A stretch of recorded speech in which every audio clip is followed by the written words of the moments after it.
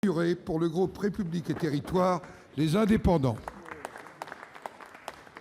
Monsieur le Président, Monsieur le Premier ministre, mes chers collègues, notre groupe se définit dans sa déclaration politique constitutive comme libéral, social et européen. Nous avons donc suivi avec beaucoup d'attention le récent discours du Président de la République à la Sorbonne sur l'avenir de l'Europe. Ces objectifs sont ambitieux: convergence sociale et fiscale, réforme des institutions, création d'une force commune d'intervention, etc. Et nous approuvons ces objectifs. Mais pour qu'ils puissent se réaliser, la condition est celle qui existe depuis 60 ans de construction européenne, c'est que la France et l'Allemagne parlent d'une même voix pour pouvoir entraîner nos partenaires européens. Or, il se trouve que les récentes élections au Bundestag vont sans doute contraindre la chancelière allemande à former une coalition au sein de laquelle certains partis ont déjà annoncé leur scepticisme, voire même leur hostilité face à certaines de ces propositions. Alors, Monsieur le ministre, Monsieur le Premier ministre, je ne sais pas qui me répond, est-ce que vous pouvez répondre à cette question? Les récents contacts que vous avez eus avec vos partenaires allemands depuis 10 jours vous permettent-ils de penser que ces obstacles puissent être levés?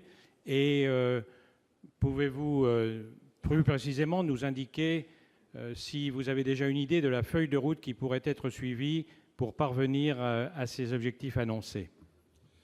Monsieur le Premier ministre. Monsieur le Président, Mesdames et Messieurs les sénateurs, Monsieur le Président Malhuret, c'est moi qui vous réponds, car au Sénat comme à l'Assemblée nationale, je crois, il est d'usage que le Premier ministre réponde au président de groupe.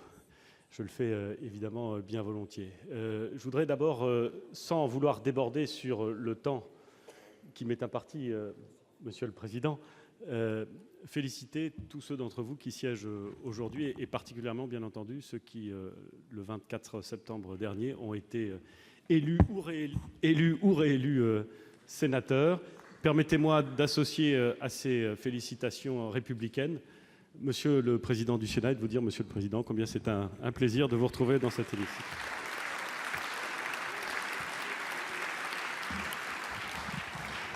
Merci, Monsieur le Premier ministre. Vous m'interrompez, Monsieur le Président. À titre exceptionnel. Merci, Monsieur le Président.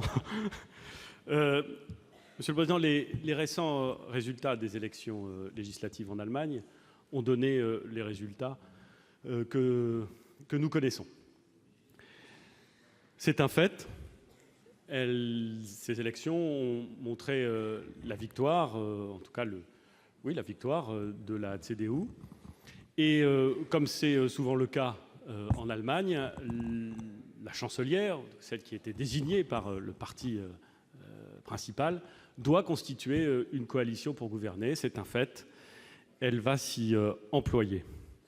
Qu'est-ce qui s'est passé depuis ces élections? Le président de la République, le 26 septembre dernier, à la Sorbonne, a proposé à l'ensemble de nos partenaires européens de retrouver le sens de l'ambition collective qui avait été celui à l'origine de la construction européenne et d'avancer plus vite dans un certain nombre de domaines, le numérique, la zone euro, la convergence sociale et fiscale ou encore la transition écologique.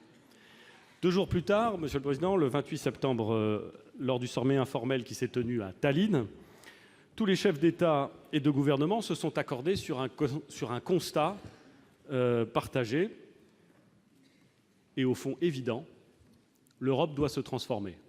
Si elle veut répondre à la promesse initiale, elle doit se transformer, car tout le monde voit bien que son fonctionnement actuel n'est pas à la hauteur des enjeux qu'elle doit relever. Le chemin qui a été tracé par le président de la République et l'ambition du projet qu'il a proposé ont été salués, et singulièrement par la chancelière Madame Merkel et par l'Allemagne. Nous sommes donc tous d'accord sur l'objectif. Il nous faut dessiner un nouvel horizon commun et remettre l'Europe en mouvement. C'est indispensable. Je dirais, Monsieur le Président, que la discussion ne fait que commencer.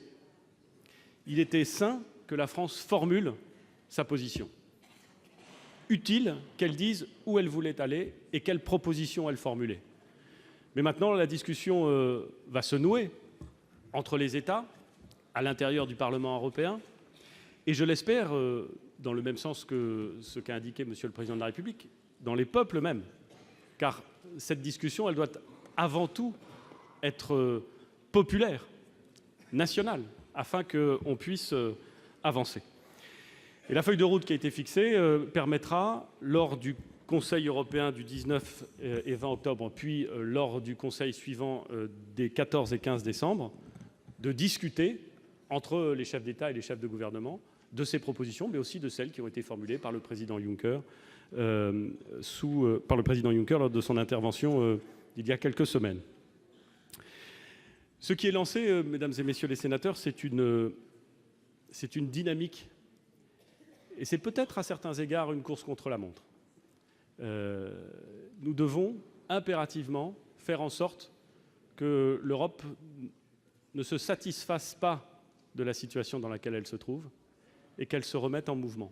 C'est le sens des propositions fortes qui ont été formulées par le Président de la République, et c'est, j'espère, le début d'un débat auquel tous ici, et au-delà de cet hémicycle, nous participerons. Merci. Monsieur Malhuret, vous souhaitez répondre, vous avez 32 secondes. Merci, Monsieur le Premier ministre. Au cours de cette mandature, il nous arrivera d'approuver vos propositions, et nous le dirons franchement, et en faisant fi d'éventuels procès d'intention qui nous taxeraient d'alignement.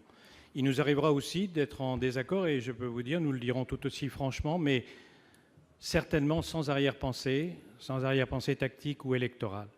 Mais sur le sujet européen, nous serons à vos côtés chaque fois que vous proposerez de faire progresser et de faire en sorte que l'Europe soit plus forte, plus unie et plus influente dans le monde. Je vous remercie. Merci.